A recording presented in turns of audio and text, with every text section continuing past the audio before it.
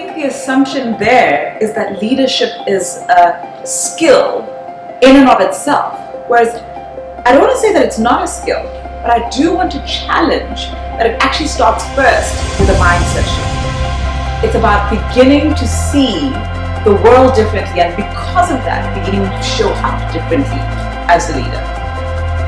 Novelty, so the first time you are doing something. And let's look at women, right? How many of those things are true? Women are often the minority. There's often publicity, people are watching what they do, and it's definitely a novelty. They might not have done it before, because who has?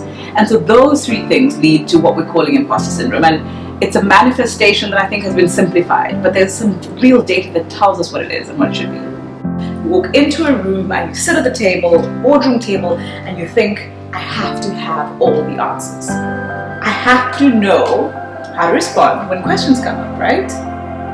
What is the reality there? First, let's agree that it's probably unrealistic to have all the answers. It's also quite limiting because your knowledge is limited. So instead, what if you turn that question around and you say, instead of saying, I need to have all the answers, the response should be, I actually need to have some great questions. Sit with that for a little bit. I need to have great questions, because regardless of what that question is,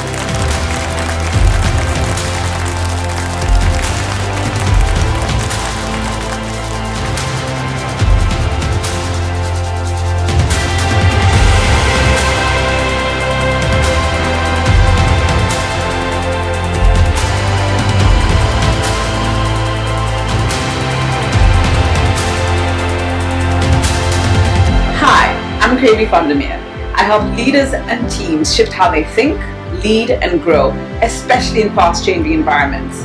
I do this through speaking and workshops that really focus on mindset, behavior, and leadership that actually sticks. I work with organizations globally to turn complexity into clarity and change into progress. I'm Karimi from Spark.